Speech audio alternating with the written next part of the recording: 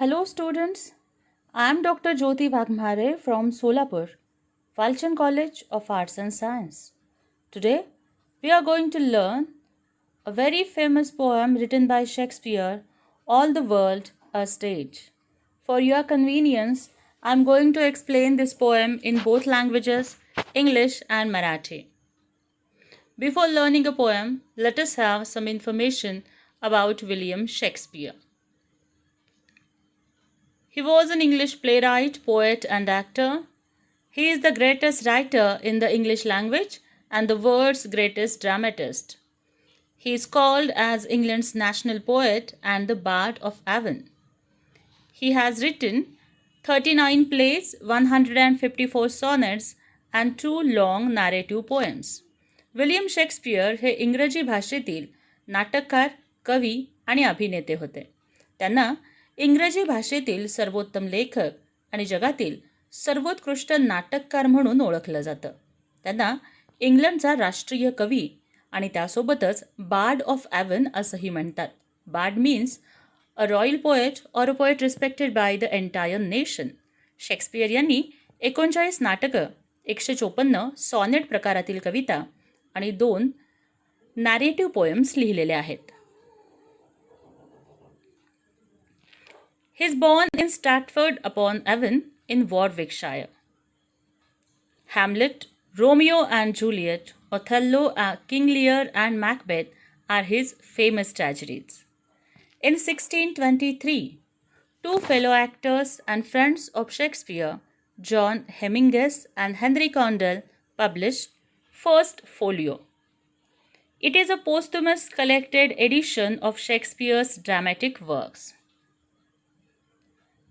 Shakespeare यांचा जन्म Warwickshire प्रांतामधील स्टॅटफर्ड upon ॲव्हन या गावामध्ये झाला. Avon is the name of the river which is flowing from that village. Avon हे त्या गावामधून वाहणाऱ्या नदीचं नाव आहे. Hamlet, Romeo and Juliet, Othello, King Lear, Macbeth अशी जगप्रसिद्ध नाटकं जरी शेक्सपियरनी लिहिलेली असली तरी त्यांच्या हयातीत त्यांचं एकही नाटक प्रकाशित झालं नाही. 1623 साली त्यांचे 2 मित्र जॉन हेमिंगेस आणि हेनरी कॉन्डेल यांनी फर्स्ट फोलिओ नावाच्या ग्रंथात शेक्सपियरची नाटकं प्रकाशित केली. It is prefaced with a poem by Ben Jonson and he called Shakespeare not of an age but for all time. या ग्रंथाची प्रस्तावना बेन जॉन्सन यांनी लिहिली आणि ते शेक्सपियरला संबोधतात की तो फक्त एका ठराविक कालखंडापुरता मर्यादित नव्हता तर वैश्विक आणि सार्वकालिक होता. This poem is taken from a comedy As You Like It. As You Like It is a pastoral comedy. It is believed to have been written in 1599. It is first published in the First Folio in 1623 and its first performance was at Wilton House in 1603. There was a character of Jacques has spoken this in Act 2, Scene 7 of the play as you like it. He Kavita as you like it नावाच्या नाटकामधून घेतलेली आहे. हे नाटक 1599 साली लिहिलं गेलं तर 1623 साली फर्स्ट फोलिओ या ग्रंथात प्रकाशित झालं. या नाटकाचा पहिला प्रयोग विल्टन हाऊसमध्ये 1603 साली झाला. या नाटकामध्ये जॅक्विस नावाचं एक पात्र आहे आणि नाटकातील 2ऱ्या अंकात 7व्या प्रसंगामध्ये जॅक्विस ही कविता म्हणतो. The heroine of this play is Rosalind. She flees persecution in her uncle's court. She is accompanied by her cousin Celia to find safety. She lives with Orlando in the forest of Arden. There she meets a melancholy traveler, Jacques. या नाटकाच्या नायिकेचं नाव आहे रोझालिंड. आपल्या काकांच्या राजदरबारामधून आपली चुलत बहीण सेलियासोबत ती Ardern नावाच्या काल्पनिक जंगलामध्ये पळून जाते. त्या जंगलामध्ये तिची भेट ऑर्लँडो नावाच्या एका तरुणासोबत होते आणि ती त्याच्या प्रेमामध्ये पडते. त्या जंगलामध्ये इतर अनेक माणसांशी तिची भेट होते आणि त्यासोबतच जॅक्विस नावाचा एक प्रवासी तिथे तिला भेटतो आणि जॅक्विसच ही कविता या नाटकामध्ये म्हणतोय.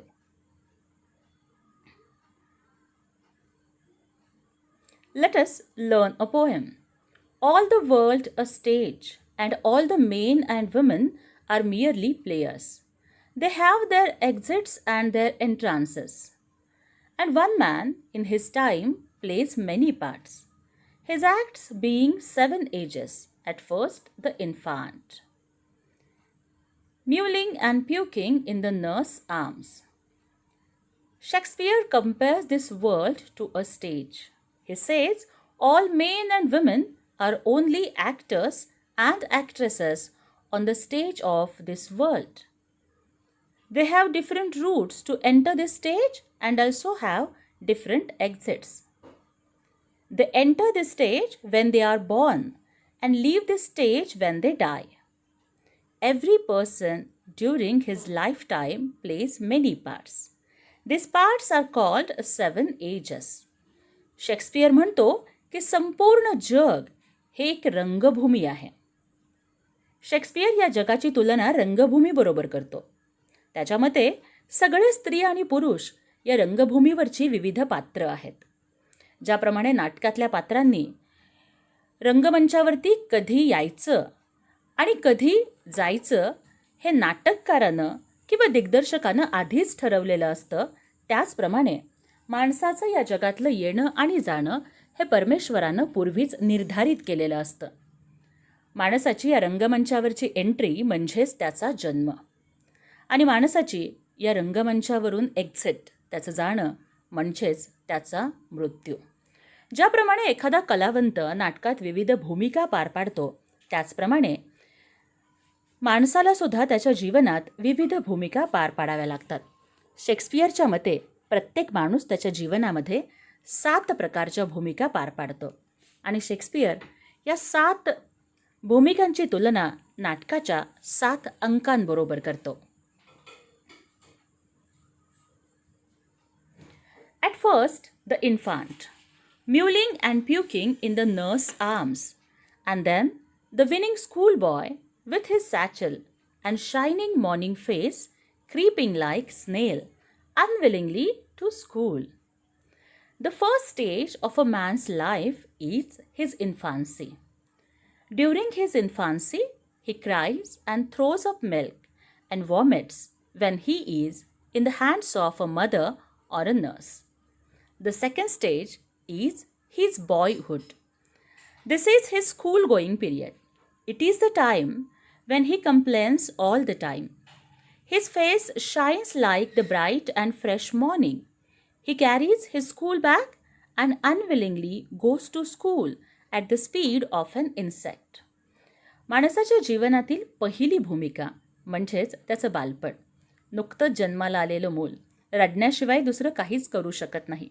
त्याच्या आईनं किंवा नर्सनी त्याला उचलून घेतल्यानंतर बाळ रडतं किंवा दुधाच्या उलट्या करतं. माणसाच्या जीवनातली दुसरी भूमिका म्हणजे शाळकरी मुलाची. सकाळ जितकी प्रसन्न असते ना, तितकंच या शाळकरी मुलाचा चेहरासुद्धा प्रसन्न आहे, पण त्याच्या पाठीवरती दप्तराचं ओझ आहे. त्याला शाळेला जायला बिलकुलसुद्धा आवडत नाही. त्यामुळे एखाद्या गोगलगाईच्या गतीनं चालत तो शाळेला जात आहे. And then the lover, sighing like furnace with a woeful ballad, made to his mistress' eyebrow. This is the third stage of man's life. Now he is a grown-up person and assumes the form of a lover. It is the type when he loves his beloved ardently. He sighs like a furnace or an oven. He writes a song in praise of his beloved's eye or brow. He also sings such songs again and again as he burns in his emotions. माणसाच्या जीवनातली दुसरी भूमिका म्हणजे प्रियकराची. आता तो तरुण झालाय आणि आपल्या प्रेयसीवरती अत्यंत मनापासून प्रेम करतो. तो तिच्या प्रेमात इतका बुडालाय की तिच्या सौंदर्यावर, तिच्या डोळ्यांवर, तिच्या भुवयांवर तो सुंदर कविता लिहितो आणि तीच गाणी तो पुन्हा पुन्हा गात आहे. आपल्याच भावनांमध्ये तो जळतोय. त्यामुळे शेक्सपियरनी प्रेमिकाची तुलना भट्टीबरोबर केलेली आहे.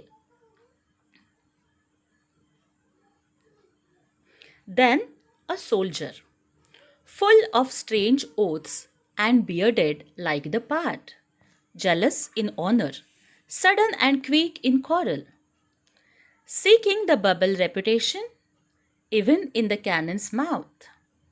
In these lines, the poet shows the fourth stage of a man's life. When he matures, he becomes a soldier. He takes strange oaths. He has a beard like a tiger or a leopard. He is fierce like these animals. During this stage of life, man is jealous of honors of others. He is very quick-tempered and owns quarrels. Since he is warm-blooded, he looks for temporary reputation and fame. To achieve this temporary fame, he is even ready to go into the mouth of a gun. He does not bother. माणसाच्या जीवनातील चौथी भूमिका म्हणजे सैनिकाची. आता तो परिपक्व झालेला आहे आणि त्यामुळे तो आता एखाद्या सैनिकाप्रमाणे वागतो. तो अनेक शपथा घेत आहे. वाढलेल्या दाढीमुळं तो एखाद्या वाघासारखा किंवा चित्त्यासारखा दिसतो आणि या हिंस्त्र जनावरांइतकीच ताकद आता त्याच्या अंगामध्ये आहे. या भूमिकेमध्ये असताना माणूस दुसऱ्याला जर त्याच्यापेक्षा जास्त प्रतिष्ठा मिळाली तर त्याला ईर्ष्या वाटते. तो अतिशय शीघ्रकोपी आहे, त्याला लवकर राग येतो आणि त्यामुळे त्याची अनेक भांडणं होतात. आणि तात्कालिक प्रतिष्ठा किंवा प्रसिद्धी मिळवण्यासाठी तो काहीही करायला तयार आहे, अगदी मरायला सुद्धा. प्रतिष्ठेसाठी तोफांच्या किंवा बंदुकीच्या तोंडासमोर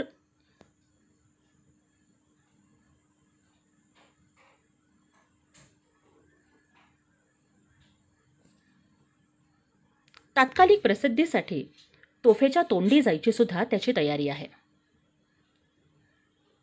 and then the justice in fair round belly with good capon lined, with eyes severe and beard of formal cut, full of white sauce and modern instances, and so he plays his part.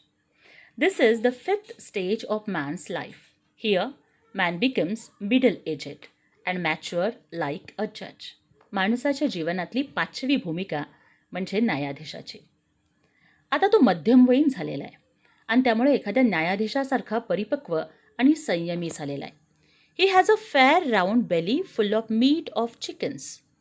It is the stage when he is firm, serious and grim. आता त्याचं वजन थोडंसं वाढलेलं आहे आणि त्याचं पोटही सुटलेलं आहे. एखाद्या न्यायाधीशाप्रमाणे तो संयमी झालेला आहे. त्याला आता तितका पटकन राग येत नाहीये. His conversations is full of many different proverbs of the world of the past and is also full of the examples from the modern age. He has a beard of formal cut and as such plays this part of life. त्याच्या बोलण्यामधून भूतकाळातील अनेक उदाहरणं, अनेक म्हणी, वाक्यप्रचार आणि त्यासोबतच आधुनिक काळामधील अनेक उदाहरणं सुद्धा येतात. आणि अशा पद्धतीनं तो आपली ही भूमिका पार पाडत आहे. आता त्याची दाढी एखाद्या वाघाप्रमाणे किंवा चित्त्याप्रमाणे नसून फॉर्मल कटची आहे. The sixth age shifts into the lean and slippered pantaloon with spectacles on nose and pouch on side. His youthful horse, well saved, a world too wide. For his trunk sank and his big manly voice, turning again toward childish treble pipes and whistles in his sound. This is the sixth stage of man's life. In this stage, man shifts from middle age to old age. Now, he wears pantaloon with slippers on his feet. He has become thin, weak, and lean. He wears now spectacles on his nose because of his weak eyesight. He has also a purse by his side, in which he keeps money and tobacco. He uses long socks, which he has saved during his youth. Now, these socks are very loose to his lean leg and look strange.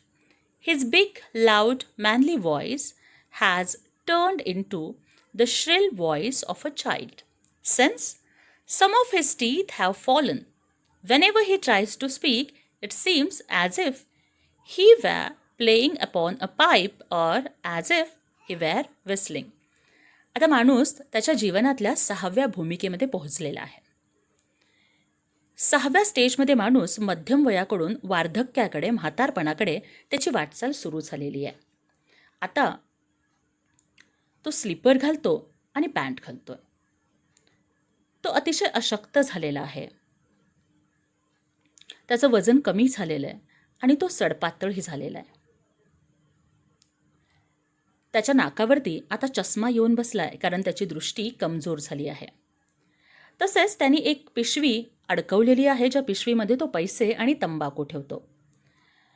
आपल्या तरुणपणामधील मोठे socks तो अजूनही परिधान करतोय, पण आता ते socks थोडेसे विचित्र दिसत आहेत, कारण त्याचं वजन कमी झालेलं असल्यामुळे ते सॉक्स त्याला अतिशय लूज बसत आहेत. त्याचा अतिशय भारदस्त पुरुषी आवाज आता बदलत चाललेला आहे. एखाद्या लहान मुलाच्या आवाजाप्रमाणे त्याला एक कातरता आलेली आहे. त्याचे बरेचसे दात पडलेले आहेत आणि त्याच्यामुळे जेव्हा कधी तो बोलण्याचा प्रयत्न करतो तेव्हा जणू काही तो पाईप वाजवतोय किंवा शिट्टी वाजवतो अशा पद्धतीचा विचित्र आवाज येतो. Last scene of all that ends this strange eventful history. Its second childishness and mere oblivion. Sans teeth, sans sights, sans taste, sans everything. So this is the last stage of man's life.